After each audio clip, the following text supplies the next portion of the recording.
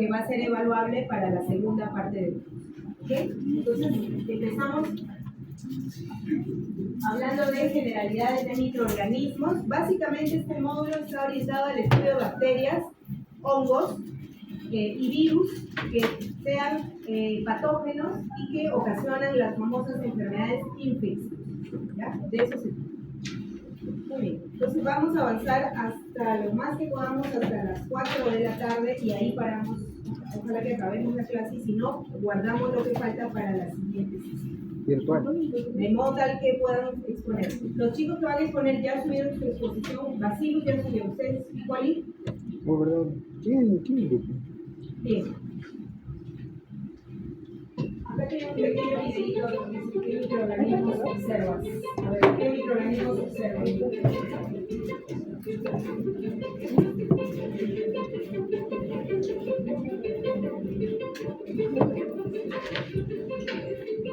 Ahí está viendo el tamaño, ¿no?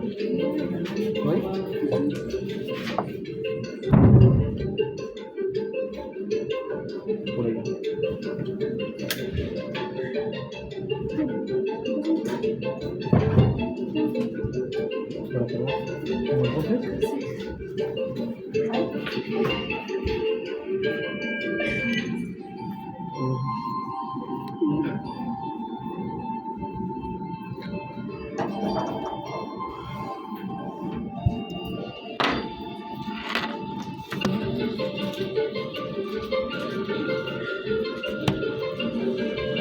Las entidades más chiquititas, los virus, ¿cierto?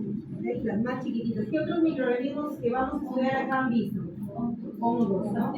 Bacterias también, pero son más acá, ¿no? Que son de mayor tamaño, aunque todos microscópicos, siendo los virus los que están en el nivel inferior, los más chiquititos. ¿Cómo decidirían si un microorganismo es un aliado o un maestro? Por decir que puede ser parte de nuestra microbiota, o que más bien es un enemigo que puede desencadenar enfermedades. ¿De qué depende? De la colonización, ¿ok? De sus factores de virulencia. Claro, como en el caso de los parásitos que ya hemos estudiado, ¿de qué depende de que el patógeno nos haga daño? De las armas que tenga, como son sus factores de virulencia. Exactamente. Y vamos a estudiar en esta clase que estos microorganismos pueden producir toxinas. Algunos tienen capacidad de invasión, algunos tienen la capacidad de producir biofilms, ¿verdad? Otros producen adhesinas para pegarse a los epitelios. Entonces, esos son factores de virulencia con las que estos patógenos pues, nos hacen daño. ¿Qué mecanismos propios de su cuerpo conocen para confrontar a estos microorganismos patógenos? O sea, frente a una infección por bacterias o por virus, ¿cómo reacciona nuestro cuerpo? Sistema inmunitario. ¿Qué tipo de defensa hace el sistema inmunitario? Innata, primero, luego la adaptativa. Muy bien, ¿qué más? La microbiota también cumple funciones defensivas también. ¿Qué más? La piel, sí, es una barrera. Barreras también hay barreras físicas, ¿no? La inflamación también, ¿no? Hay varios mecanismos por los cuales nuestro cuerpo va a reaccionar para confrontar, para tratar de contener infección por estos factores. Muy bien, el caso clínico que se presenta acá nos dice que hay 3 estudiantes en un hospital universitario, hay 3 estudiantes en internado clínico que reciben muestras para su análisis microbiológico. La primera muestra proviene de una paciente con infección del tracto urinario, ¿no? ¿Qué microorganismo está implicado con la citis principalmente?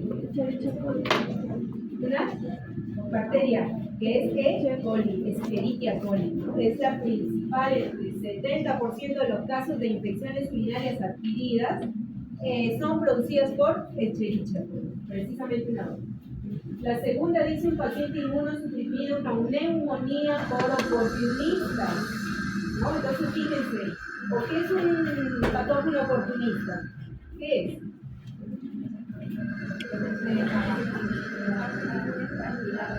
Ok, un patógeno que aprovecha que nuestro sistema inmune está deprimido para poder atacar. ¿Okay? Entonces, ¿qué puede ocasionar uno de esos oportunistas? Por ejemplo, una neumonía.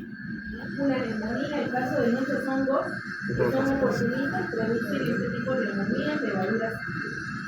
Y la tercera dice un niño con fiebre y exantema generalizado. Bueno, ustedes se pueden imaginar, pero hay bacterias como Staphylococcus aureus que es capaz de causar este tipo de cosas. O sea, una bacteria. Nos dice que les pide que identifiquen y comparen las estructuras celulares y genéticas de los posibles agentes infecciosos. Ahorita no les voy a pedir que hagan esto, pero sí vamos a estudiar precisamente las estructuras celulares y genéticas de los posibles agentes infecciosos, es decir, vamos a estudiar generalidades, estructura, morfología, clasificación de bacterias, de virus y de hongos que están implicados en estos cuadros.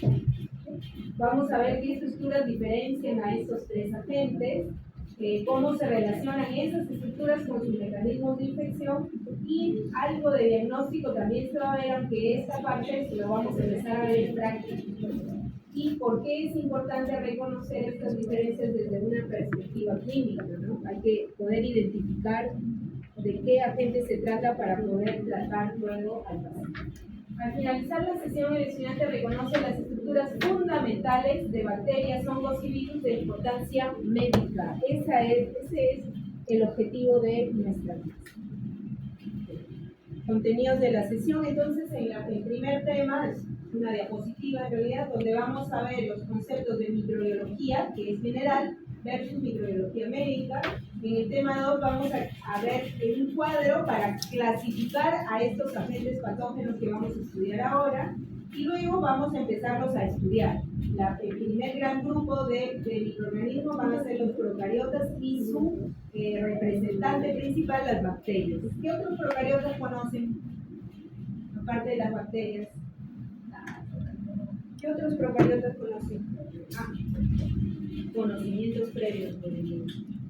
¿Qué otros procariotas conocen? Las bacterias son procariotas, sí, pero hay otros. Los protozoarios. Haré como que eso me habla.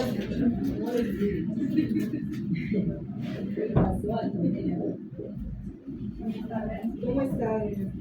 Las arqueas. ¿Han escuchado hablar de las arqueobacterias? Las arqueas. Claro, esa es su biología. El árbol de la vida tiene 3 dominios: arquea, bacteria y eucaria. Arquea, bacteria y eucaria. Bacteria, ahí está, eucaria, también lo vamos a ver, y las otras son las arqueas. ¿Okay? Esas no las vamos a estudiar porque digamos que no tienen una relevancia clínica para nosotros. ¿Okay? Pero no se olviden que hay otros procariotas. Las bacterias y las arqueas son procariotas y luego tenemos los eucariotas. ¿Okay? En eucariotas hay muchos grupos de eucariotas, por ejemplo los protozoarios, por ejemplo las algas, ¿verdad? Nosotros no vamos a estudiar ellos. ¿Qué grupo vamos a estudiar? Los hongos. ¿Okay? Entonces no es que solo los hongos sean eucariotas, tampoco solo las bacterias son procariotas, sino que a nosotros, desde el punto de vista del curso, nos interesan estos dos grupos. Y finalmente el tercer grupo será los virus. ¿Okay? Bien, entonces el primer tema nos dice comparar el concepto de microbiología versus el de microbiología médica. La microbiología es una ciencia que estudia todos los microorganismos como un conjunto amplio y diverso de organismos microscópicos que pueden existir como células únicas, o sea, siendo unicelulares, o también como agrupaciones. ¿Okay? Entonces, la microbiología es una ciencia que estudia el conjunto de todos los microorganismos, incluyen los unicelulares, los pluricelulares. Ahora, si nosotros ya restringimos el concepto y decimos microbiología médica, ahí lo restringimos al estudio de microorganismos de lo que son patógenos. Eso estudia la microbiología médica. No todos los microorganismos, solo los patógenos. Y lógicamente cómo se relacionan con el huésped humano, cómo lo infectan, cuál es la respuesta inmune del ser humano frente a la infección. Vamos a ver también cómo es el diagnóstico, el tratamiento, la prevención de las enfermedades infecciosas. ¿Okay? Entonces, las enfermedades infecciosas son producidas por microorganismos patógenos. Y esto es el punto de estudio de la microbiología. Entonces, cuando uno habla de enfermedades infecciosas, nos referimos a enfermedades producidas por microorganismos patógenos. ¿Okay? De eso trata la microbiología médica, entonces es un concepto como más acotado, ¿no?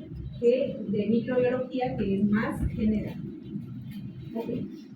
Aquí tenemos nuestro cuadro de clasificación general de estos microorganismos y lo vamos a subdividir en dos grandes ramas, los acelulares y los celulares. Lo que vamos a decir acelulares quiere decir que están conformados por células.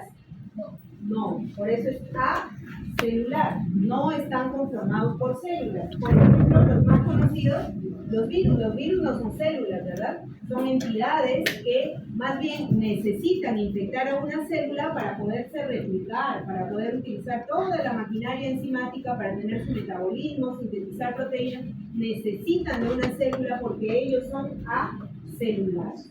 No solo los virus, sino también otras partículas llamadas viroides y también otras denominadas priones. Entonces, ejemplos de acelulares, virus, viroides y celulares, ahí sí vienen estos que ya conocemos. Dos grandes grupos, procariotas, el representante principal bacterias, y los eucariotas, que les dije que hay algas, hay protozoarios, hay hongos, hay mohos. Nosotros nos vamos a quedar estudiando los hongos. ¿Okay?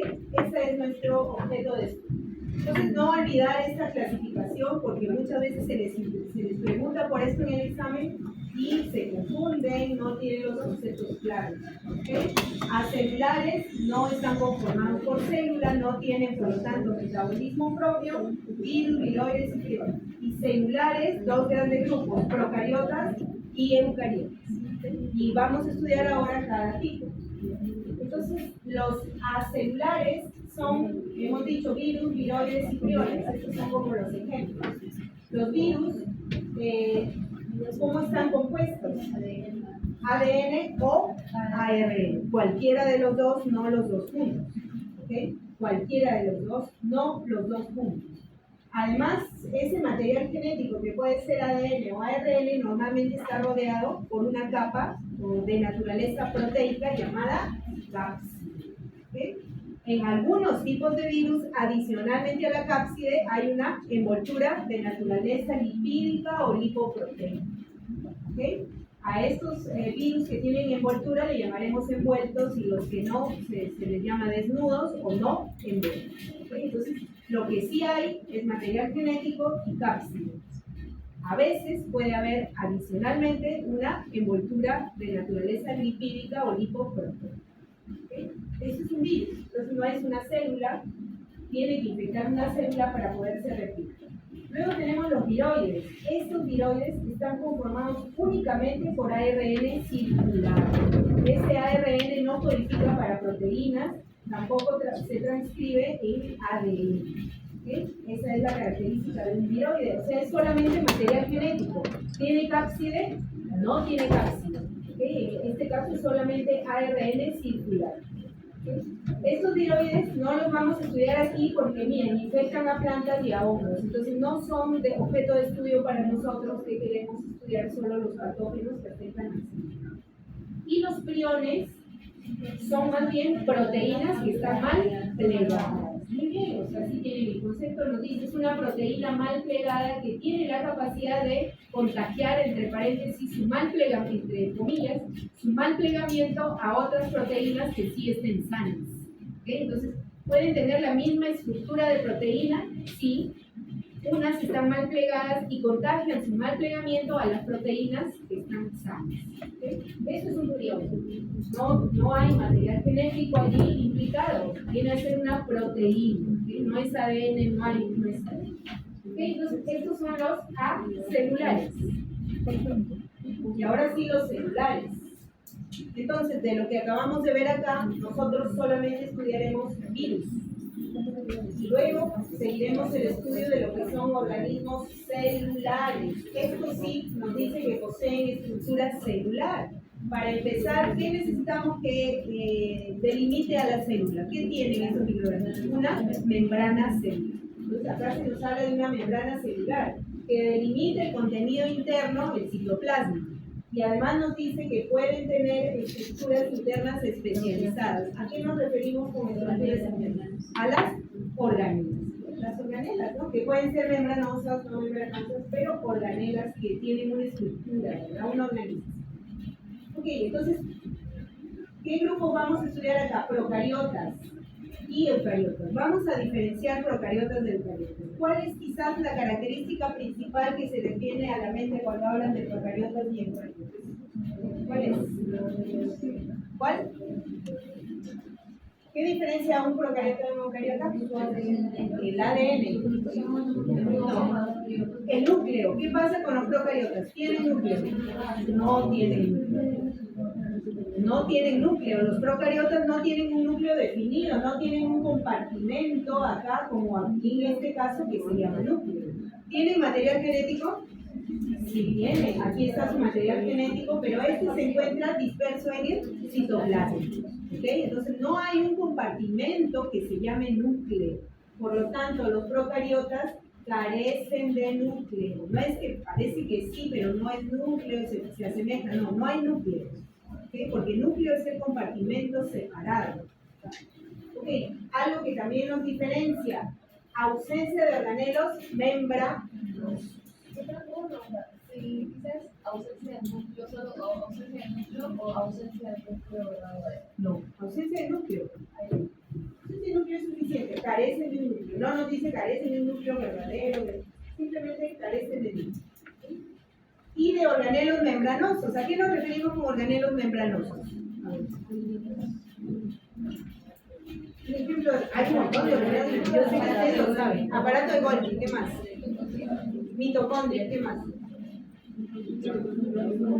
Ribosomas, retículo endoplasmático, aparato de Golgi, ya dijimos. Peroxisomas, lisosomas, ¿sí? Mitocondria, si fuera célula vegetal, cloroplastos, ¿verdad? O retículos endoplasmáticos, liso, rugoso, aparato de Golgi. ¿Ok? Todos esos son organelas rodeadas por membrana o constituidas por membrana. Rodeadas por membrana, mitocondria, lisosomas, peroxisomas, cloroplastos. Y algunas hasta por doble membrana, ¿no? Como los cloroplastos, como las mitocondrias. Pero de repente no están rodeadas por membrana, pero están conformadas por membranas, como los retículos, como el aparato de Golgi, que están conformados. Entonces, a estos se les llama organelos membranosos. Estos no están presentes en células procariotas. Por lo tanto, no hay núcleo y tampoco hay organelas membranosas. Pero hay ribosomas, sí hay. Son organelas, sí son, pero son no membranosas. ¿Okay? Los ribosomas sí existen, porque los ribosomas son críticos o son indispensables ¿para qué? ¿Cuál es la función de un ribosoma? Síntesis de proteína. Entonces no puede haber células si no hay un ribosoma, porque se necesita para síntesis de proteína. ¿Okay? Entonces, otra característica que diferencia a los procariotas es que todos los procariotas son unicelulares. En cambio, los eucariotas los tenemos uni y pluricelulares. ¿Cuáles son los eucariotas unicelulares? Pero si los acaban de estudiar, los protozoarios. Los protozoarios que hemos visto en la parte de la primera parte del curso de parásitos, que ya lo pudimos olvidar, son los eucariotas unicelulares, ¿verdad? Los protozoarios. Entonces, hay unicelulares y todos los demás, algas, hongos, los hemígeros que hemos visto, estos son pluricelulares. ¿Ok? Entonces, miren, característica de esto sería la estructura de una bacteria. Entonces tenemos la capa, lo que delimita la célula es la membrana plasmática, pero adicionalmente vamos a estudiar que las bacterias tienen pared celular, ¿verdad? Que está por fuera de la membrana plasmática. Luego en el interior, lógicamente el citoplasma, la presencia de ribosomas y la presencia de su material genético. Eventualmente algunas pueden ser móviles y tener presencia de flagelos, pero no siempre. Lo demás que he mencionado sí o sí tiene que ver para que sea bueno. Y en cambio en eucariotas, miren pues una complejidad total, ¿no? Membrana, todos los eucariotas tienen pared celular, porque las bacterias, además de membrana, todas tienen pared, salvo una o dos excepciones. Pero en los eucariotas, Solamente las plantas tienen pared, nos dice su compañera. ¿Qué dicen los demás? Las células vegetales tienen pared, solo las plantas. Las algas, sí, también tienen pared. Las levaduras tienen pared, sí. Los hongos tienen pared, sí. O sea, hay varios tipos de eucariotas que tienen pared. Las células animales tienen pared, no tienen. Esa sería como la, digamos, probablemente la excepción. ¿Ok? Entonces acá no podemos decir que presentan pared, no todas, no todas. Pero en cambio en bacterias, el 99.9% sí tienen pared.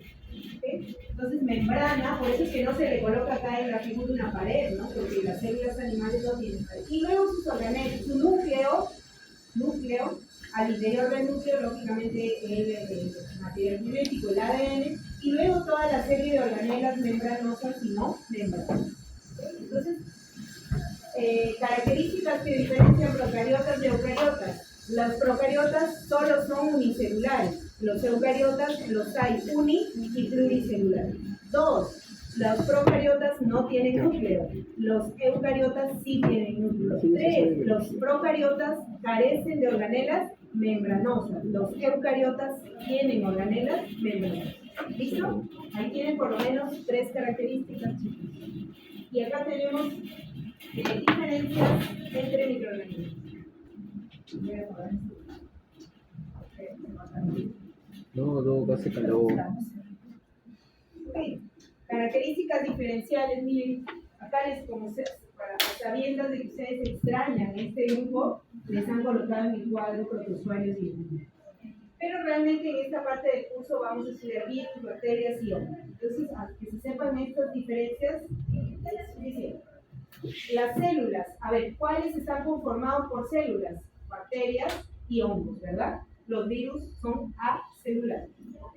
El diámetro aproximado se nos presenta acá, si vemos los 3 grupos, los más pequeñitos son los virus. Luego le siguen las bacterias y luego los hongos. Sobre todo levaduras. Luego, ácido nucleico. ¿Qué tipos de ácidos nucleicos tienen los virus? O ADN o ARN. En cambio, las bacterias y los hongos tienen ambos. ¿Ok? Ambos. Tipo de núcleo. Los hongos son eucariotas. Perdón, los hongos sí son eucariotas, sí tienen núcleo. Las bacterias son procariotas, no tienen núcleo. Y lógicamente los virus, ni hablar, porque ni siquiera son células. ¿Okay? Ribosomas, ausentes en los virus. Definitivamente. En cambio, bacterias y hongos sí tienen, pero se diferencian en su coeficiente de sedimentación, ¿no? Las bacterias, ribosomas 70S y los hongos 80S. Esa es una gran diferencia entre bacterias y hongos.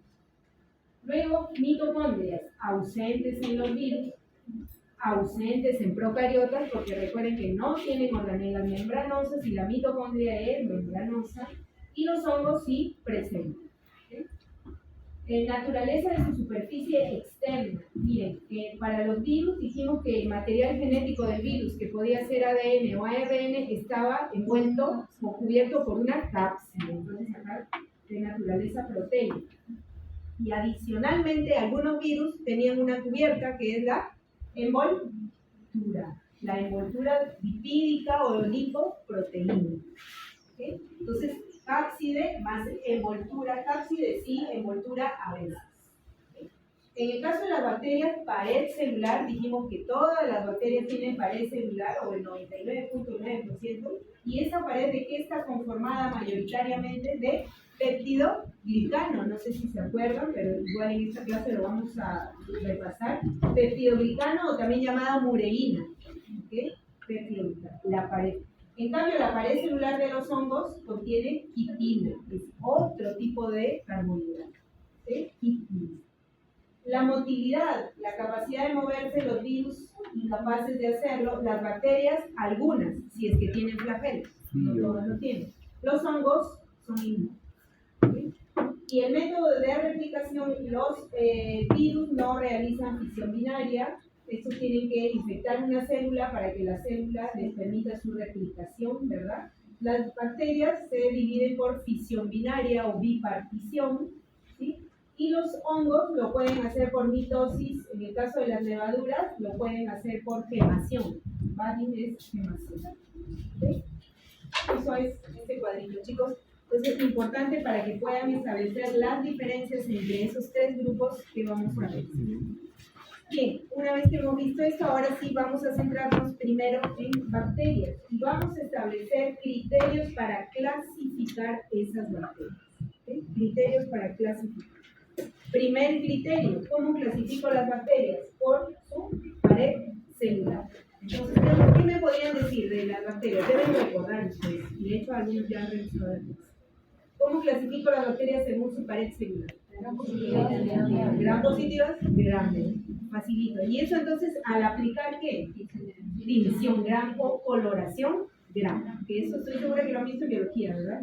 Lo vamos a pasar rapidito como un recordatorio. Bacterias gram positivas, gram negativas. Acá están los componentes de la tinción gram, ¿no? ¿Cuántos colorantes tiene gram? 2. ¿Cuáles son? ¿Cuáles los colorantes de la tinción gram?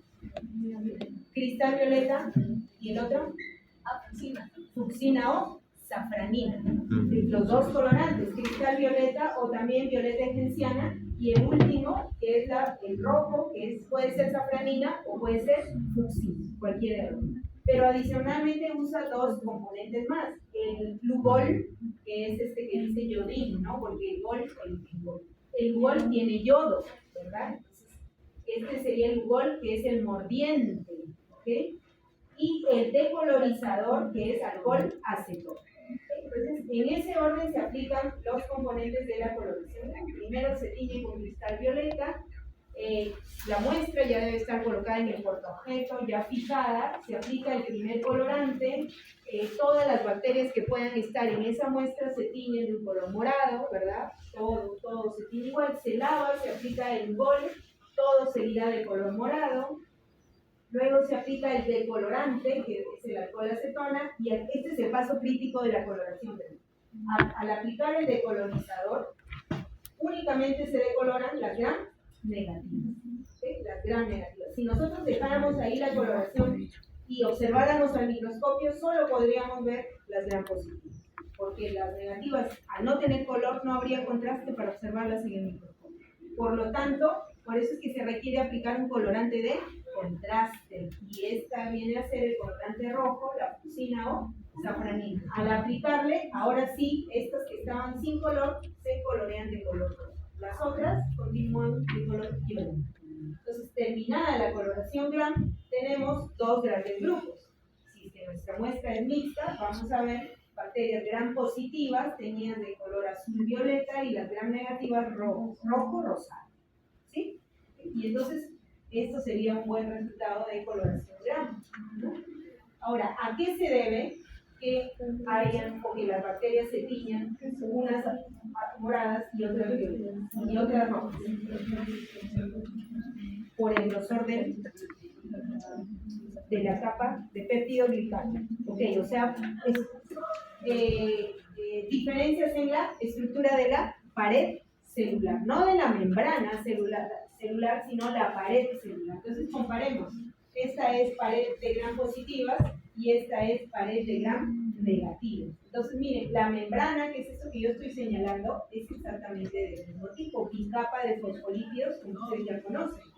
El punto es la diferencia en la pared. Miren esta pared y miren esta pared. Ok, perdón. Más gruesa, exactamente. Las gram positivas tienen varias capas de peptidoglicano o murelina. Miren, varias capas. 90% de la pared gram positiva es peptidoglicano. Y adicionalmente vemos incrustaciones de ácido teicoico, y acá no está, pero también hay ácido lipoteicoico. Ácido teicoico y lipoteicoico. Pero mayormente 90% una capa muy gruesa de peptidoglicano. Ahora miren al otro lado, gram negativa. ¿Hay peptidoglicano? Sí, pero delgadito. 10% de la pared sería peptidoglicano. Y más bien sobre el peptidoglicano, una membrana externa de naturaleza fosfolipídica parecida a la membrana plasmática, e incrustado sobre esta capa externa lipopolisacárido, el famoso LPS, ¿no? Lipopolisacárido que vayan anotando esto. El lipopolisacárido constituye ¿qué? Las endotoxinas de las bacterias gram negativas. Las endotoxinas de las bacterias gram negativas vienen a ser los lipopolisacáridos. Eso lo vamos a repetir más adelante, pero ya les estoy diciendo para que vayan familiarizándose con ustedes. Entonces, en bacterias gram negativas, la endotoxina es parte de la pared celular de estas bacterias.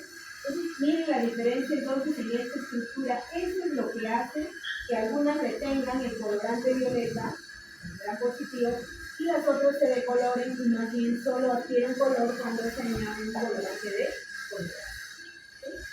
Clasificación según la pared. Ahora, la coloración gram no solamente me va a dar el dato primero de, digamos, la respuesta a coloración gram. O sea, no solamente me va a decir si la bacteria es gram positiva y gram negativa por el color, sino que adicionalmente, ¿qué me va a informar? La morfología. Antes de pasar, ¿por qué es importante esto de que ustedes sepan que hay bacterias gram positivas y gram negativas? ¿Para qué? Para elegir el tratamiento antibiótico, porque seguramente ustedes ya saben que hay antibióticos que están orientados a bacterias gram negativas, otros a gram positivas. Entonces, ustedes, por eso es necesario que conozcan esto de gram, ¿no? ¿Qué es esto de gram? Esto te permite diferenciar y por lo tanto aplicar una buena estrategia para el tratamiento antibiótico a tu paciente. No le vas a dar un antibiótico de gram negativa si sabes que tu paciente te dan un reporte de un resultado que te dice que está infectado con una bacteria gram positiva, ni al revés tampoco. Entonces, esto te orienta al tratamiento. Muy bien, pero les decía que me falta esto antes de pasar a lo otro. Hemos dicho entonces que en la tinción gram se colorea la pared celular y me permite diferenciar dos grandes grupos, pero resulta que siempre toda regla tiene su excepción. Hay microorganismos que no se tiñen con la tinción gram. Por ejemplo, ¿qué bacterias? Las llamadas micobacterias. Y aquí tenemos a su representante más conocido, Mycobacterium tuberculosis. ¿Por qué no se tiñe con gram? Ya, ¿y eso qué significa? ¿Por qué le llamamos así alcohol resistente? No se ya, muy bien, no se, el color no ingresa, los colorantes de gram no ingresan a esa pared, pero ¿por qué? ¿Por los? Yo lo leíste, no vale, porque tenía que recordar. Porque miren, la capa de estos micobacterias tienen un componente lipídico que vienen a ser los ácidos micólicos. Por eso se llaman micobacterias. Tienen como componentes de su pared los ácidos micólicos, que son de naturaleza lipídica. O sea, estas bacterias literalmente es como si estuvieran cubiertas de una especie de una grasa, como una cera. Y esa grasa impide que los colorantes de gram puedan ingresar. O sea, el cristal violeta, la fucsina, no pueden penetrar esa pared que es de naturaleza cerosa, lipídica. Repito, debido a la presencia de ácidos micólicos. ¿Okay? Entonces, estas bacterias no se pueden teñir con gram. Para ellas se utiliza la coloración especial, que es la coloración Silius. Muy bien, que ya ustedes la han escuchado, ¿no? Entonces, por eso es que cuando se quiere hacer un diagnóstico preliminar de tuberculosis, se pide muestra de esputo y se colorea con coloración Silius, ¿okay? Que tiene otra técnica y que va a permitir que la pared celular capte el color. Luego tenemos otra bacteria que es Treponema pallidum. Esta es una espiroqueta de este tipo. Esta es muy delgadita para poderse visualizar. Al ser tan delgadita no se puede visualizar con facilidad y por lo tanto se aplican otras estrategias para poderlo observar. Microscopía de campo oscuro o el tratamiento con anticuerpos fluorescentes, o sea, microscopía de fluorescencia también. Una espiroqueta sumamente delgada y su pared también lo es, no se colorea. Luego tenemos a Mycoplasma pneumoniae. Aquí, ¿por qué no se puede teñir con gram? Porque simplemente no tiene pared celular. Esta es una de las excepciones. No tiene pared y ustedes saben que gram tiñe la pared. Si no hay pared, no se puede utilizar gram. ¿Okay? Entonces, Para el caso del diagnóstico de neumonías producidas por estas bacterias, normalmente se utiliza PCR para hacer el diagnóstico. ¿Okay? Por eso no dice que hay ninguna alternativa de tipo microbiano. Legionella neumófila, esta bacteria sí se puede teñir con Gram, pero ¿qué necesita? Prolongar el tiempo en el que añadimos o el tiempo de tinción con el colorante de contraste, con el rojo. ¿Por qué? Porque tiene pobre captación del colorante de contraste, o sea, quiere decir que es una Gram negativa, pero al aplicarle la fucsina o la safranina, no, por 30 segundos, que es el tiempo normal, no lo capta. Hay que prolongar, hay que dejarle más tiempo para que lo pueda captar el color. Este es el caso de Legionella. Luego tenemos a Clamidia y Rickettsia, que tienen la característica que son muy pequeñitas y que además son intracelulares. Al ser intracelulares, hay dificultad para que el colorante pueda penetrar la célula, alcanzarlas y teñir. ¿Okay? Entonces, en estos casos hay otros métodos, por ejemplo, para Rickettsia, otro tipo de coloración que es Giemsa, y para Clamidia hay que hacer el diagnóstico de cuerpos de inclusión en el citoplasma de la no en sí teñida. Entonces esas son pequeñas excepciones a la regla. Ahora, hemos clasificado según la pared, pero decíamos que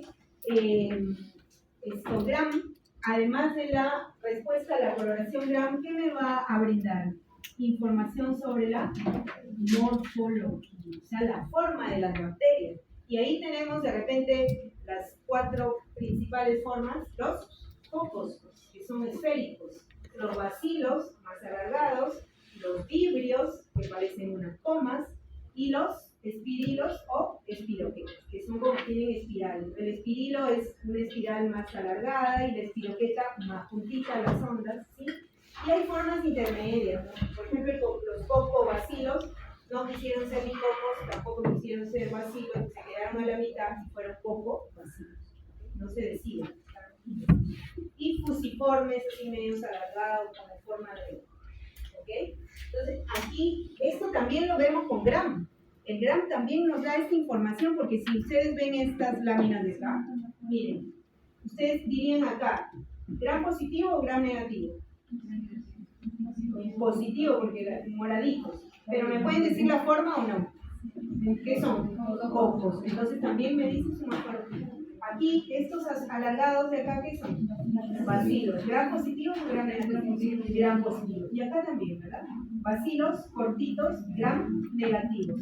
Y acá, muy chiquitos, son cocos, en realidad son diplococos. ¿Okay? Entonces, miren, Gram no solo me dice si la bacteria es positiva o negativa por su color, sino que también me va a decir su forma. ¿Ok? Segunda, entonces, información. Muy bien.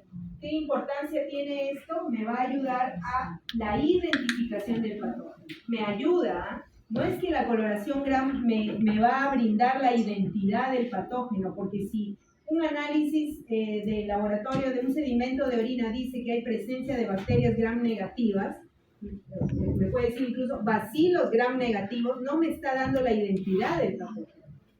El Gram solamente me orienta para decirme cuál es la forma. Primero, si hay o no hay bacterias en esa muestra. Segundo, para decirme de qué tipo de bacterias se trata. Y tercero, para decirme su forma. Pero no me está dando la identidad. Si fuera un sedimento de orina, me podría decir bacilos Gram negativos, entonces yo podría pensar en E. coli. Pero hay otra bacteria que es bacilo Gram negativo que también produce infecciones urinarias, que es Proteus. Entonces yo con un Gram no puedo saber la identidad del patógeno, pero sí me orienta. ¿Okay? Entonces me orienta en la identificación. La identidad solo la puedo saber después de recuperar al patógeno en laboratorio, o sea, después de un cultivo y de una identificación por métodos bioquímicos o moleculares o serológicos. ¿Okay? Entonces, ojo con ese dato. Allá. Pero acá me falta algo más antes de pasar al metabólico. ¿Qué más me puede decir Gram? Forma de agrupamiento. Muy bien. Entonces, acá yo puedo decir, cuando los cocos se agrupan como si fueran racimos de uvas, ¿cómo le llaman?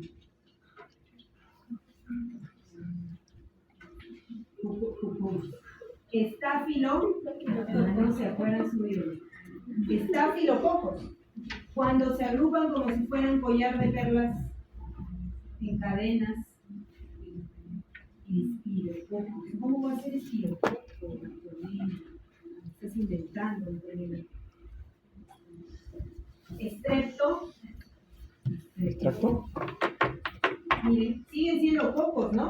Pero su forma de agruparse varía. Si se agrupan de dos en dos, Pico. diplo. Sigue siendo coco, pero agrupado de dos en dos. ¿Eso también me lo puede decir Graham? Sí, sí me lo puede decir eso. ¿Okay? Y si quiero ver, por ejemplo, en el caso de los bacilos, si son bacilos así de dos en dos, ¿cómo le llaman? Diplo, no, coco no, porque es bacilo. Diplo, bacilo. Entonces, ¿qué estoy viendo? Su forma, como, la manera como se agrupan. Y si tenemos así bacilos encadenados, ¿cómo le vamos a llamar? Estrepto, bacilo. ¿Esto me lo dice Graham? Sí, me lo dice. ¿Okay? Entonces miren toda la información que les puede dar Graham. Sin embargo, con todo esto, repito, no llego a la identidad del patrón. Solo me va orientando en el diagnóstico y ya me puede permitir de repente brindar una terapia antibiótica empírica inicial, ¿okay? Hasta que me confirme el laboratorio la identidad del patrón. ¿Bien? Ok. La tercera manera, entonces, miren, primer criterio para clasificar bacterias según su pared celular. Gram positivas, gram negativas. Segundo criterio, según su forma. Cocos, bacilos, espirilos, divinos. Coco, espiro. Tercer criterio, según su metabolismo. Y aquí básicamente nos hablan sobre, digamos, la necesidad de oxígeno para el metabolismo de las bacterias. Hay bacterias aerobias obligadas, el nombre ya nos lo dice, no quiere decir que necesariamente necesitan oxígeno para su metabolismo. No podemos ir al otro extremo, anaerobias obligadas, estas más bien cero oxígeno para su metabolismo. Y en esta tabla tienen ejemplos de diferentes tipos de bacterias, por ejemplo, anaerobios obligadas, Clostridium, que sí lo vamos a ver a continuación, Clostridium.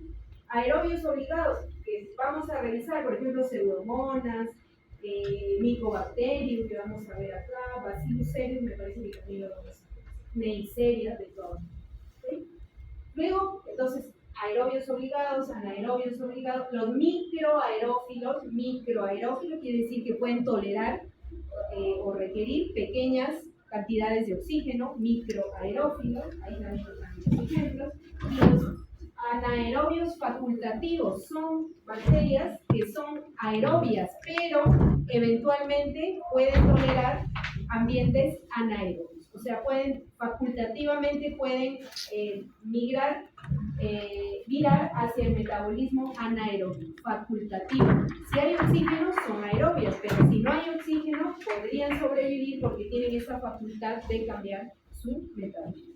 Entonces, acá tenemos también ejemplos. ¿Okay? Entonces, según su metabolismo, básicamente acá según la necesidad de oxígeno. ¿Y eso por qué es importante? Mire, importante porque necesitamos, al momento y esto lo vamos a repetir a lo largo del curso, chicos, para el diagnóstico de infecciones bacterianas, muchas veces a partir de una muestra de orina, de esputo, de sangre, lo que se va a hacer en el laboratorio es sembrar esa muestra en un medio de cultivo adecuado. Salud. ¿Para qué? Para aislar el patógeno en el laboratorio. Una vez que aislamos al patógeno, a la bacteria, vamos a suponer una E. coli en un medio de cultivo, de allí le hacemos sus pruebas bioquímicas y luego de eso ya tendremos la identidad de la bacteria. Pero ¿por qué es importante saber si la bacteria es aerobia o anaerobia, por ejemplo? Para poderle dar las condiciones en el laboratorio para que ella pueda crecer. Si yo estoy pensando en que mi paciente tiene una infección urinaria y que según la estadística, 70% de los casos, las infecciones urinarias se deben a E. coli, yo sé que E. coli es una bacteria aerobia obligada, entonces para su cultivo en el laboratorio vamos a sembrar la muestra de orina de la paciente en un medio de cultivo y lo vamos a incubar en anaerobiosis o en aerobiosis. En aerobiosis, porque nosotros sabemos que la bacteria es aerobia. Si yo la inoculo en anaerobiosis, ¿va a crecer? No va a crecer porque no tiene oxígeno. Y yo podría dar erróneamente un falso negativo, porque voy a decir el cultivo no creció. ¿Pero por qué no creció? No porque la bacteria no esté presente en la muestra, sino porque las condiciones a las cuales nosotros le hemos cultivado en laboratorio no han sido las mismas. Por el contrario, si yo lo que quiero es aislar a Clostridium en el laboratorio, no lo voy a cultivar dándole oxígeno, porque Clostridium no tolera el oxígeno. ¿Qué necesito darle yo? Más bien una atmósfera anaerobia. Y hay mecanismos en el laboratorio, hay reactivos que generan atmósferas anaerobias. Entonces, ¿por qué es importante conocer sobre el metabolismo de la bacteria? En pocas palabras, para darle las condiciones necesarias en el laboratorio para que ellas puedan crecer. Si es que yo las quiero aislar para estudiar. Para eso es importante. Es como decir, hay bacterias que necesitan vitaminas, necesitan factores de crecimiento, necesitan nutrientes especiales. Si yo quiero aislar, quiero recuperar esa bacteria en el laboratorio a partir de una muestra clínica, tengo que darle las condiciones adecuadas a esa bacteria para que pueda crecer. Por eso es que se necesita conocer cómo es el metabolismo de la bacteria. Y como estamos hablando de crecimiento bacteriano, entonces aquí se ha colocado la información sobre cuál es la curva de crecimiento típica de una bacteria. Y vamos a ver que pasa por 4 etapas, ¿no? Fíjense, la primera etapa es la denominada fase lag. La fase lag, también llamada fase de latencia. En este periodo de acá no hay crecimiento de la bacteria, pero lo que sí hay es gran actividad metabólica. Las células no se dividen, pero es un periodo de adaptación para la bacteria. La bacteria lo que está haciendo es reconociendo el medio. De repente tú sembraste una muestra que piensas que puede contener bacterias y lo siembras en un medio de cultivo líquido, por decir, y en ese medio líquido la bacteria está reconociendo qué nutrientes hay, todavía no decide dividirse, pero se está adaptando a eso. Luego que pasan esta primera etapa, la bacteria va a entrar a una segunda fase, que es la fase de crecimiento exponencial o logarítmico. Allí sí, la bacteria empieza a dividirse por fisión binaria, ¿verdad? O bipartición. La bacteria empieza a dividirse a una velocidad constante, por eso es que vemos cómo la curva se va empinando, ¿no? Entonces, fase exponencial o logarítmica es el aumento regular de la población bacteriana que se duplica a intervalos regulares de tiempo. Por ejemplo, E. coli se duplica cada 20 minutos. De una célula nacen 2, de 2 nacen 4, de 4 8, 16, y así sucesivamente de manera logarítmica. Esta es fase de crecimiento, entonces. Y es en esta fase en la que actúan muchos betalactámicos, ¿no? Los antibióticos del grupo de los betalactámicos actúan justo en esta etapa en que la bacteria está en continuo crecimiento. ¿Con qué finalidad? Impedir que la bacteria se siga dividiendo. Actúan sobre el mecanismo de formación de la pared celular. ¿Okay? Luego de esta fase, vendrá la fase estacionaria, que es como una meseta.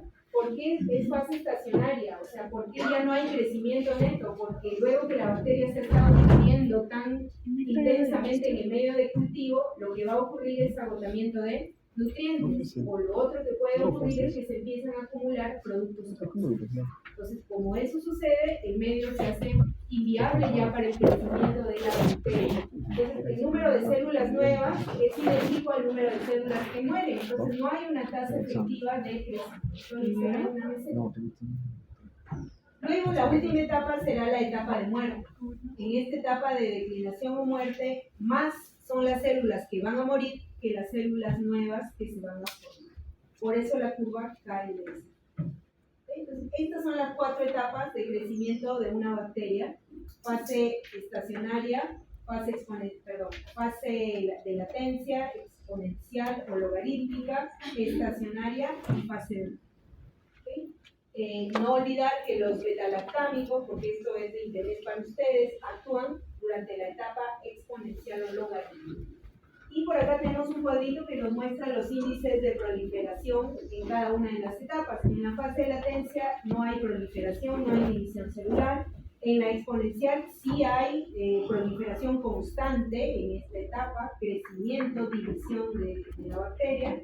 La fase estacionaria aquí es 0 porque el número de células nuevas es igual al número de células que mueren, entonces el balance neto es 0. Y en la fase de declinación más bien es negativo porque el número de células que mueren sobrepasa a las poquísimas células nuevas que podrían aparecer. Bien. La otra manera de clasificar las bacterias, ya estamos en el cuarto criterio, es según su reproducción, o sea, cómo se reproducen las bacterias. Y nosotros ya hemos revisado que las bacterias se dividen asexualmente por bipartición o fisión binaria. Entonces, una bacteria literalmente se parte en dos, ¿no? Allí nos indica nuestra diapositiva que intervienen ciertos tipos de proteínas, las más importantes probablemente las MIN-E y las que forman el anillo FTZ, ¿no? Van formando un anillo, fíjense en la parte media de la célula, que literalmente es como que va a ir ahorcando el citoplasma de la célula, ¿no? Se forma un septo y luego aquí se divide y se formarán nuevas paredes celulares para las dos células. ¿Okay? Entonces, esta es la fisión binaria. Y, por ejemplo, esto se va a ocurrir en cuestión de minutos. Todo depende de qué tipo de bacteria, ¿no? Hay algunas que se dividen muy rápidamente, como E. coli, otras que, como Mycobacterium tuberculosis, que demoran muchísimo para su división. Y es sobre el mecanismo de formación de nuevas paredes celulares que actúan algunos antibióticos como la penicilina, ¿no? Como los beta-lactámicos que yo les mencioné, ¿no? Intervienen en lo que es la síntesis de peptidoglicano. Síntesis de peptidoglicano es síntesis de pared celular. Es allí donde las drogas como la penicilina y otros beta-lactámicos tienen su blanco perfecto en la síntesis de peptidoglicano. ¿Okay? Ahora, este es un tipo de reproducción, la bipartición, reproducción asexual, pero acá también se nos habla de otros mecanismos de reproducción que son de tipo parasexual. No le llamamos asexual, sino parasexual. Y estos son tres mecanismos: conjugación, transducción y transformación. Estos tres mecanismos no son otra cosa que transferencia de ADN desde una bacteria a otra. Transferencia de ADN. Son mecanismos para transferir ADN, por eso se les llama mecanismos de transferencia génica lateral u horizontal. O sea, entre dos bacterias, en algunos casos entre bacterias y virus, o entre una metacastro. Entonces, ¿qué es lo que se transfiere? ADN. Por tres mecanismos. Un primer mecanismo es la conjugación. Para la conjugación se necesita una bacteria que va a donar el ADN y una bacteria que va a recibir ese ADN. ¿Cómo se produce esa transferencia de material? A través de una estructura denominada pilisexual, que es como si fuera un puente. Miren, la figura lo indica. Se forma como una especie de puente entre la bacteria donadora y la receptora, y es a través de ese puente que se transfiere material genético, ¿no? Acá, por ejemplo, se ha transferido un plásmido, que es ADN circular, pero por acá también se puede transferir ADN genómico, ADN del niño, ¿no? Entonces, aquí se necesita una bacteria que done el material genético, otra que lo reciba, y la formación de pilisexual, que va a ser la vía por la cual ese material genético se va a transferir de una bacteria donadora a la receptora. ¿Sí? A eso le llamamos conjugación. Otro mecanismo es la transducción. En la transducción interviene necesariamente un fago. Un fago es un virus que infecta bacterias. Un fago es un virus que infecta bacterias. También se le llama bacteriófago. Entonces, fíjense, acá el fago inocula su material genético y eso hace que ese material genético del fago se inserte en el genoma de la bacteria. La bacteria va a empezar a sintetizar material genético del fago y también la cápside del fago. Ahí va a llegar un momento en el que el fago va a alisar la célula y va a liberarse las partículas virales. Ese fago, miren, en su genoma ya tiene no solo material genético de él propio, que es el de color rojo, sino que está llevando material genético de la bacteria primera a la que infectó, que es la partecita amarilla. Si ese fago ahora infecta a otra célula, la llamada bacteria B, la otra era la A, nuevamente inocula su material genético y fíjense, ese material genético se ha insertado en la bacteria B. Ahora la bacteria B ya es recombinante, no solamente tiene su genoma, sino tiene el genoma de la bacteria, parte del genoma de la bacteria A y una partecita del genoma de A. Entonces ha habido una recombinación, una transferencia de material genético desde la bacteria A a la bacteria B, pero ¿quién ha sido el vector? ¿Quién ha llevado ese material genético? El A. ¿Okay? A eso le llamamos transfusión. ¿Okay?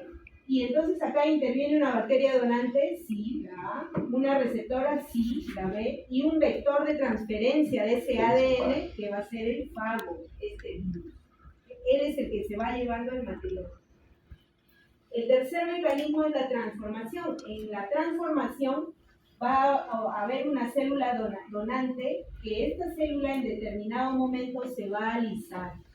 Cuando la célula se lisa, libera su material genético al medio externo. ¿Y qué va a suceder? Van a haber bacterias que son capaces de insertar ese ADN desnudo que está libre en el medio y lo van a insertar a través de su pared y membrana, incorporándolo a su genoma. ¿Okay? Entonces acá hay una célula donante, esa célula se lisa, liberando fragmentos de ADN, y el ADN entra a la célula receptora y se integra a su genoma. ¿Okay? Entonces, aquí hay lo que se transfiere es ADN desnudo, libre, que está en el medio externo. No está pasando directamente de la donadora con un pili a la receptora, ¿no? Sino que el ADN ha quedado libre en el medio y ese es el que la bacteria receptora lo introduce y lo inserta en su genoma. A esa bacteria que recibe, que introduce ese ADN libre a su citoplasma y lo inserta a su genoma, se le llama bacteria competente, ¿no? Competente porque hace modificaciones en su pared y su membrana, creando una especie de poros, por llamarlo de alguna forma, y es a través de esos poros que ese material genético se va a introducir en la bacteria aceptora. ¿Sí? Entonces, miren, son tres mecanismos diferentes por los cuales, ¿qué se transfiere? ADN, desde una bacteria a otra. Aquí, a través de un pili sexual. Aquí, se utiliza un vector que es el fago. Y aquí es ADN desnudo el que es insertado al óvulo. ¿Okay? Estos son los tres mecanismos de reproducción parasexual. ¿Okay? Quinto mecanismo, quinto criterio de clasificación es la patogenicidad.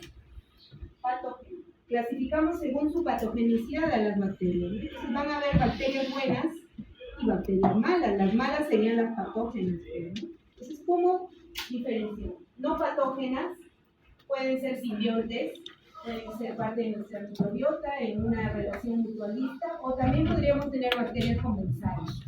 En los dos casos son no patógenas, pero las que a nosotros probablemente nos interesan más en el curso son estas que son patógenas. Y las patógenas, las hay patógenas estrictas que sí o sí causan enfermedad, tanto en una persona sana como más aún en una inmunosuprimida o deprimida. Y también hay patógenos que son oportunistas, que ustedes hace un rato ya me han dicho, ¿no? Que es oportunista, normalmente no causan enfermedad, pero si la persona está inmunosuprimida, sí le causarían enfermedad. ¿Okay? Entonces tenemos estos dos. Nos dice acá, ¿qué son las enfermedades infecciosas? Son causadas por un agente microbiológico, sea una bacteria, sea un virus, sea un hongo. Protozoarios o mitos, sí, por supuesto también, pero estos ya los hemos visto, entonces, sin embargo, es necesario que ustedes sepan que cuando hablamos de enfermedades infecciosas, estamos hablando de toda enfermedad causada por un agente microbiológico. ¿Okay? Se adquieren por contacto directo o indirecto, ¿verdad? ¿Y de qué dependen? Son procesos multifactoriales donde van a haber, digamos, va a depender de los factores de virulencia de la bacteria, pero también va a depender del huésped, de su estado nutricional, de su estado inmune, de la edad. Y también va a depender de cuántos organismos sean los que producen la exposición misma. Hay infecciones bacterianas que requiere que nosotros, si es a través de alimentos, la infección requiere muy poquitas bacterias para generarnos infección, como es el caso de Shigella, que es una bacteria que vamos a ver más adelante. se le dice la dosis infectiva, es pequeñita. Pero hay otras bacterias como Salmonella, como E. coli, que necesitamos más cantidad de bacteria para que nos ocasione la enfermedad. Entonces, todo depende qué tanto hayamos consumido de la dosis infectiva para que nos cause enfermedad. ¿Okay? Entonces, miren, factores del huésped y factores del microorganismo, que son los que van a determinar si la bacteria me ocasiona, o sea, si la enfermedad se produce. Entonces, patógeno es todo microorganismo que puede causar enfermedad. Patogenicidad es la capacidad del microorganismo para causarnos enfermedad. Este criterio de virulencia ya lo hemos visto en parasitología. Recuerden que la virulencia es el grado de patogenicidad del microorganismo. Una cosa es que el microorganismo sea patógeno, pero si yo quiero medir qué tan grave es la enfermedad que me causó, ahí ya no hablo de patogenicidad, sino de virulencia. Entonces pueden haber dos bacterias que causan lo mismo, pero una es más virulenta que la otra. ¿Por qué? Porque una causa enfermedad más grave que la otra. A eso le llamamos virulencia. Y como estamos hablando de virulencia, nos toca ver dos bacterias. Lo pueden mirar para que creo que vamos a llegar solo hasta acá, chicos. Daremos unos 10 minutos para que 20. y ya empezamos con las exposiciones. Ya los estoy viendo que ya están cayendo como pollitos. Van a hacer lo que las clases de micro son así un poquito densas, y más aún cuando tengo una hora menos para editar toda la clase. Entonces tengo como que correr. A mí me estresa hacer eso, pero no me queda otra, chicos, porque la verdad que no me gusta decirles ya ustedes lean lo que falta en su casa, ¿no? O sea, yo digo, creo que tengo la obligación de explicarles, ¿no? O sea, yo lo siento así, entonces trato de avanzar. Yo sé que es un poco denso, les pido disculpas por eso, y eso que ahorita tenemos 47 diapositivas, hay clases que tenemos más de 60, y entonces yo entro en estrés, en ansiedad total, porque tengo que acabar y yo veo que el tiempo avanza y no.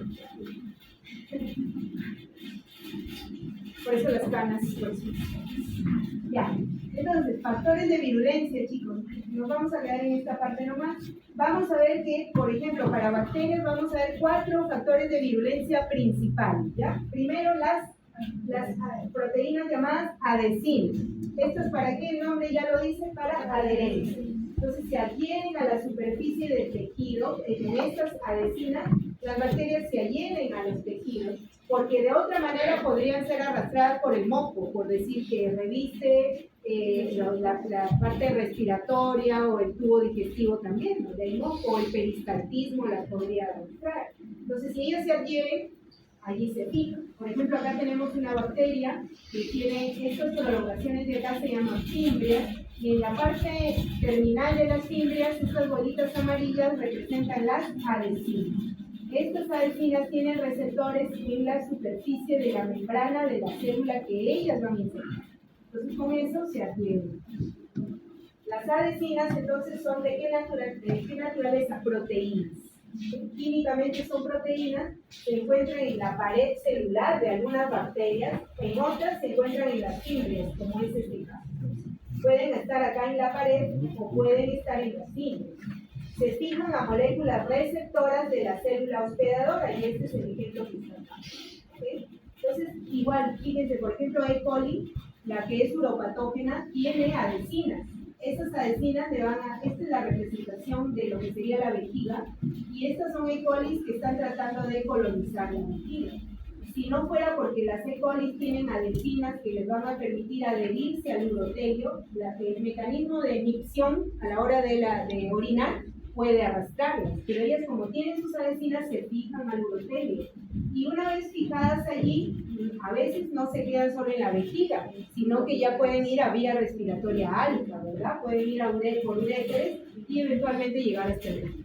Entonces, ¿gracias a qué lo hacen? A que tienen sus adhesinas. Mecanismo de virulencia, el primero. Segundo factor de virulencia, la capacidad de ser invasivas. No todas las bacterias tienen esa capacidad, pero las que tienen la capacidad de invadir tejidos y células son más virulentas que las que no tienen esa capacidad. Entonces, Las bacterias penetran, sobreviven las defensas, luego se multiplican y eventualmente se pueden diseminar. Entonces invaden tejidos a través de las uniones entre las células epiteliales. Otras invaden directamente tipos específicos de células epiteliales. Acá, por ejemplo, nos han puesto enterocitos y tenemos dos bacterias que tienen capacidad invasiva, Salmonella y Shigella. Entonces, si ustedes ven, estas bacterias, miren, han ingresado, ¿no?, al citoplasma de las células, han invadido. Y algunas de ellas no solamente se quedan en las células epiteliales, o sea, en los enterocitos, sino que van a capas más profundas, donde ya pueden encontrar vasos linfáticos o vasos sanguíneos y pueden irse a través de la sangre y, lo que dice acá, diseminarse.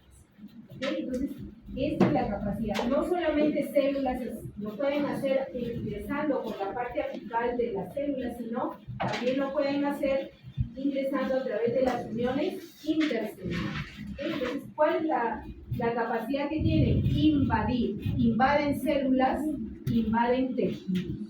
¿Okay? Y el hecho de invadir hace que sean más peligrosas, porque invadiendo capas profundas pueden diseminarse a través de la sangre o de la linfa. ¿Okay? Invasión. Tercer mecanismo, producción de toxinas. Las toxinas bacterianas son sustancias nocivas que estimulan la producción de parte de nosotros de mediadores químicos para defensa, ¿no? Por ejemplo, algunas van a estimular la producción de fiebre, como las endotoxinas. ¿Qué tipos de toxinas producen las bacterias? Endo y exotoxinas. Endo y exotoxinas. Las exotoxinas, como el nombre lo dice, son toxinas que la bacteria produce y las tiene que excretar al medio externo, exotoxinas. Pero las endotoxinas son parte de la pared celular de las bacterias. ¿Qué naturaleza, químicamente, qué son esas endotoxinas? Yo ya les había adelantado, los lipopolisacáridos, que hace un rato yo les dije, graben esto, miren, estas son las endotoxinas que son parte de la pared celular de las bacterias. Entonces, las endotoxinas solo estarán presentes en gram negativas, porque solo ellas tienen LPS, lipopolisacáridos. En cambio, las exotoxinas pueden ser producidas por gram positivas y por gram negativas. Aquí tenemos un cuadro para comparar ambos tipos de toxinas, ¿no? Y aquí tenemos la estructura de una endotoxina. La endotoxina está conformada, como el nombre lo dice, es un lipopolisacárido. Tiene una parte lipídica que es llamada el lípido A. Este lípido A está ubicado al interior de hacia la parte interna. Esta es la bacteria y esta es su pared celular. El lípido A es el que está anclado a la pared. O sea, todo esto sería el lípido A. Y todo lo demás sería el antígeno O, que está hacia la parte externa. ¿Okay? A eso se refiere. Esta es entonces la estructura química. ¿Cómo comparamos o cómo diferenciamos exotoxinas de endotoxinas? Las exotoxinas son excretadas por las células vivas hacia el medio externo por las bacterias. Las endotoxinas forman parte integral de la pared celular, ya lo dijimos. Las exotoxinas son producidas por gram positivas y gram negativas, y las endo solo por gram negativa. Recuerden que es el lipopolisacárido de su pared. La termoresistencia también es diferente. Las exotoxinas son sensibles a temperaturas mayores de 60 grados, mientras que las endo son termoestables. Sobre los 60 están viables todavía. ¿Qué otras diferencias?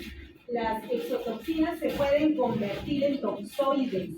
Quiere decir que en el laboratorio, con estrategias ya de investigación, se les quita a estas exotoxinas su poder para hacer daño y se convierten en toxoides. Estos toxoides se pueden utilizar para vacunar. Ejemplo, la vacuna antitetánica es un toxoide. Es la toxina de la bacteria, pero que se le ha quitado ese poder de hacer daño. Y es altamente antigénica, entonces va a estimular, cuando nos vacunan con este toxoide, va a estimular al sistema inmune para producir anticuerpos contra el Clostridium. ¿Okay? Entonces, a diferencia de las endotoxinas que no se pueden convertir en toxinas. ¿Qué más? Las exotoxinas son mucho más tóxicas que las endotoxinas. Las endotoxinas generalmente causan fiebre, ¿no? A diferencia de las exotoxinas que no lo hacen. Y justo acá vamos a ver el mecanismo de fiebre. La exotoxina de Clostridium tetani se llama tetanoespasmina, ¿no? Esta es la que produce el tétanos. El tétanos, esta toxina tiene potente acción neurotóxica, ¿no? Acá no lo dice, pero mire, se adquiere por heridas punzocortantes, produce contracción generalizada de todos los músculos, ¿no? Entonces, eso da cuenta de su poder neurotóxico. La persona muere, al final viene con este tipo de cuadros, ¿no? De una contracción generalizada. Esta es una exotoxina. La tetanoespasmina de Clostridium tetani, pero esta se puede convertir en toxoide y utilizarlo para vacunar. Y estas son las endotoxinas y el mecanismo de cómo producen fiebre. Ante la infección por una bacteria gram negativa, los macrófagos son los primeros que van a acudir para tratar de contener la infección. Y lo que hacen es fagocitar, ¿no? Fagocitan a la bacteria y luego al interior del macrófago, el macrófago lo que va a hacer es degradar, lisar a esa bacteria, pero al lisarla, ¿qué se va a liberar? La endotoxina, que es parte de la pared celular de la bacteria. Esa liberación de la endotoxina genera la producción de interleucina por parte del macrófago. La interleucina 1 va a viajar por la sangre y ¿hacia dónde se va a dirigir? Hacia hipotálamo. En el hipotálamo va a producir la liberación de prostaglandina y la prostaglandina es lo que va a generar la fiebre. Este es el mecanismo de cómo las endotoxinas son capaces de inducir la producción de fiebre. ¿Bien? Y este es el último mecanismo, y acá nos quedamos, el último factor de virulencia, que es la formación de biofilms. Existen bacterias que son capaces, ejemplo, Staphylococcus aureus y Neisseria gonorrhea, que son capaces de producir biofilms. ¿Qué quiere decir un biofilm? En español, biopelícula, ¿no? ¿Qué son? Comunidades de bacterias, es decir, las bacterias no crecen, los estáfilos no crecen aislados, sino que se unen formando una especie de una nata, una película. Eso es como que la unión hace la fuerza, ¿verdad? Entonces crecen en esas biopelículas y es muy difícil erradicarlos. Muy difícil controlar las infecciones producidas por este tipo de bacterias que producen biofilms. No solamente en tejidos, sino que pueden producir biofilms en dispositivos médicos, por ejemplo, en los catéteres urinarios, en las sondas urinarias, en los catéteres centrales, esos que colocan. Entonces, por eso es que las catéteres, las sondas, no pueden estar indefinidamente en el cuerpo de la persona, ¿verdad? Tienen una vida útil y hay que cambiarlos. ¿Por qué? Porque existe la posibilidad que esos catéteres, esos dispositivos, prótesis, implantes, marcapasos, sean colonizados por este tipo de bacterias. Y una vez que los colonizan, producen biofilms, y a partir de esos biofilms se pueden empezar a desprender bacterias que se van a diseminar. Imagínense un biofilm en un catéter central. Entonces eso, no pueden desprenderse bacterias y ir a producir una infección a toda la sangre, lo que se llama una bacteriemia. Por supuesto, el paciente puede morir.